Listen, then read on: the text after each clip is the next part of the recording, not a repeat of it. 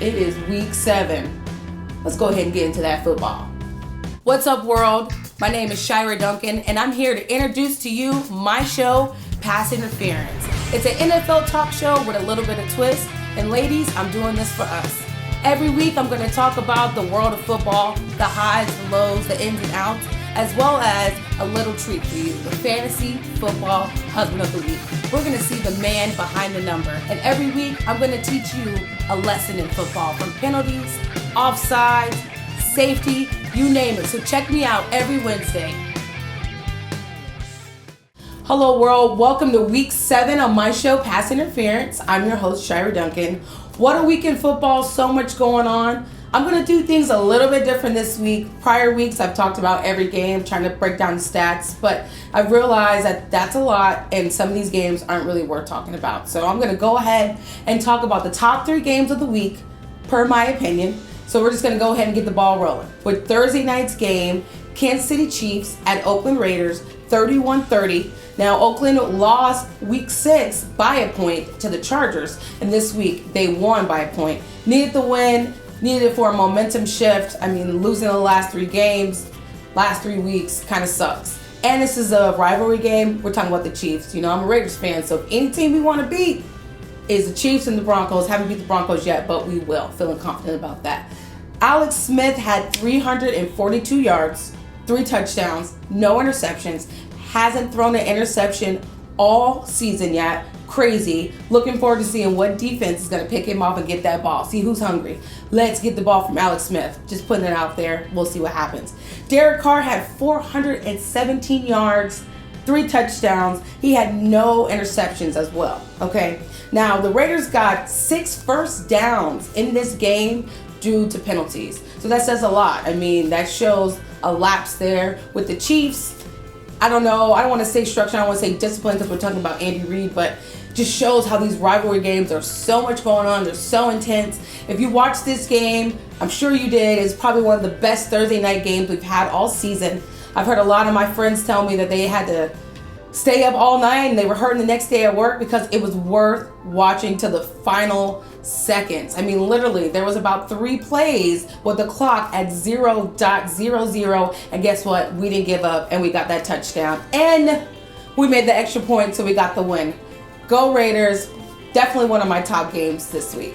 Game 2, New York Jets and Miami Dolphins, 31-28. Miami Dolphins will not quit. I'm loving that about them right now. No matter what the score is, no matter if they're down, they fight until the clock says 0.00, and I definitely do appreciate that as a avid football fan. Now, Jay Cutler got hurt. He was out for the second half, but he still had 138 yards, 2 touchdowns, 1 interception. But Moore didn't do too bad. You know, he came in there, he had 188 yards, 2 touchdowns, 1 interception. I mean, it happens. That's what we do. Interception's going to happen when the defense puts that amount of pressure. And sometimes when you don't have the right view and you're looking, I don't know what they're looking at, honestly, sometimes. You're throwing the ball right to the defensive player, but whatever, that's not me. I'm just on the other side of the tube watching TV. Now, McCowan had 209 yards, 3 touchdowns, 1 interception. The defense, again, on both sides was really fighting hard for everything, but Miami pulled it out. Again, 2 weeks in a row. They are not going to quit, and I appreciate it. Nice to watch. I know you Dolphin fans are pretty, I don't want to say excited because you know your team. I know that. But it still's got to be nice. 2 weeks in a row, beat the Falcons, beat the Jets. Let's see what you can do week 8. Game number 3, Tampa Bay Buccaneers at Buffalo Bills, 30-27.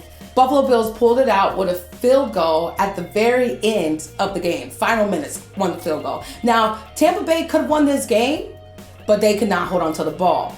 You have to now, Buffalo Bills defense is very scrappy, they're handsy, and that's what makes them so successful. They knocked the ball out a couple of times, got good turnovers, and made something happen out of that. Now, one of the worst things you can do is get a turnover or fumble or interception, any of those, in the final minutes, and that's exactly what happened with Tampa Bay. They lost the ball. Buffalo Bills were able to get into a good field goal position, kick the field goal, and win. No overtime, no nothing. Good game, though. I'm still rooting for Tampa Bay. It's still my sleeper team. They're not finishing, though. Last week, they were down. They came back against the Cardinals, but they still didn't finish. If they're going to have any success in the postseason, if you ask me, they're going to have to finish. They're going to have to go hard until the end. They're still young. They have a young quarterback, but not counting out Tampa Bay. What can I say? So those are my top 3 games of the week. All right, so some teams that were looking good week 7, have to talk about them. They're worthy of it. Philadelphia Eagles, Monday Night Football, came in, gave the Redskins a little pat on the back. Wouldn't say they whooped up on them, but they definitely won that football game. They got the W. That's really all that matters.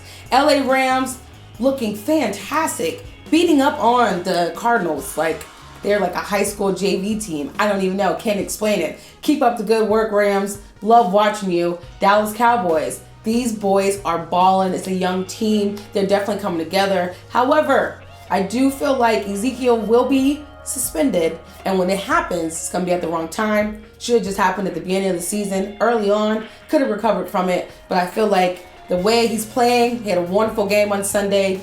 Beast mode. He is the new beast mode. Sorry, Marshawn. You're not. Beast mode, Ezekiel Elliott just running through people, running up the field. But when he has to sit down, it's going to be the time when you need him the most. I'm just saying. But still, good job, Cowboys. All right, so I added a couple more chapters this week. Rather than sit up here and talk about the games again that aren't worth anything, I added 2 more little segments, okay? This week's best defense, week 7, Jacksonville Jaguars. Consistent, looking great. They have a all right offense, not the best offense, but their defense is kicking ass and taking names. 10 sacks in the game against the Indianapolis Colts.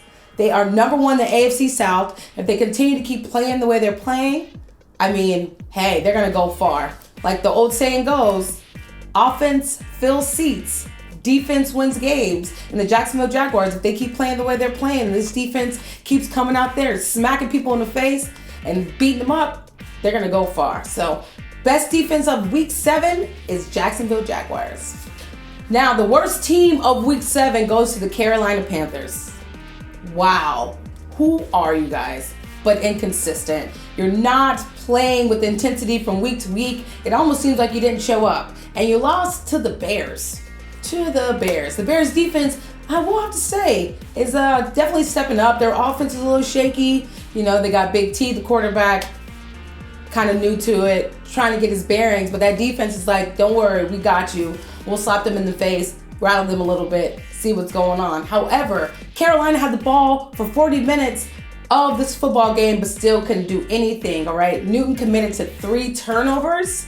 And in that, the Bears scored 2 touchdowns out of the 3 turnovers. If you're going to turn over the ball, you want to make sure that you can stop them from scoring any points. But the Panthers were unable to do that. They looked shady. They looked horrible. This was not your week. Therefore, week 7, worst team, Carolina Panthers.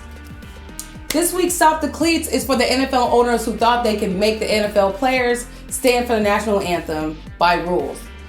Thank you, Goodell, for telling the world and these owners that the players have the right to stand or kneel. It is not about disrespecting the national anthem. Again, it is not about disrespecting the military that fight for our freedom. Again, this is a stand against police brutality. That is it. There's no disrespect in this matter. They are kneeling to just show equality and standing together to fight against police brutality. Damn it. This should be it. We don't need to talk about this anymore. People are going to kneel on Sundays. People are going to stand on Sundays. Remember the reason. Remember why they are doing it. It is not to disrespect the country or anything like that. It is about the fight against police brutality. Stop the cleats. Time for my favorite segment of the week, Fantasy Husband of the Week. Julian Edelman is the one this week. New England Patriots wide receiver number 11. Now he's out, he's injured right now, so he's not going to be on the field, but it still doesn't take away from his sexiness. So go ahead and take in all these wonderful pictures of him. He's 31. He is a Gemini with a birthday on May 22nd. Look at this man, Julian Edelman. Time for our lesson of the week. This week's lesson is delay of game, okay? So the definition of that is when the offensive team fails to put the ball in play by snap or kick before the play clock expires. Now there's 25 seconds. 25 seconds is substantial. There's quite some time to make things happen. Now, if the team fails to do that, then flags are thrown, the ref calls delay of game, and that's a 5-yard penalty. So that could hurt you either way. You could be close to field goal range, get a delay of game. Now you got to go back 5 yards. Defense is going to try to push you back. So much could happen. But it's a 5-yard penalty. So anytime you hear delay of game moving forward, remember that that team did not get the ball in play before the play clock ended, and they got a 5-yard penalty. Now you know. All right, well, that will do it for week 7 on pass interference. Please be sure to check me out every Wednesday. If you haven't subscribed to my channel, please do so, and I will see you next week for week 8 on pass interference. Stop them clays. Stop them clays. Stop them clays. Play either snap or free kick before the play clock expires. Okay. Now there's 25 seconds on the play clock.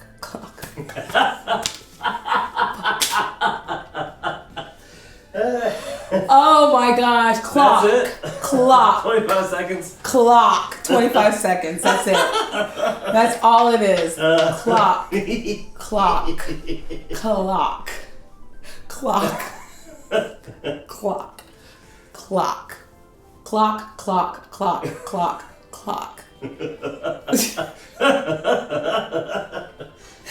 Okay. Let's do it again. Let's do it again. Do it again. Thursday night game. Damn, that was a good one. Slow it down. Start that over again. Okay. That coffee. It's that coffee. Mm-hmm. That Colombian roast. Colombian roast. Okay.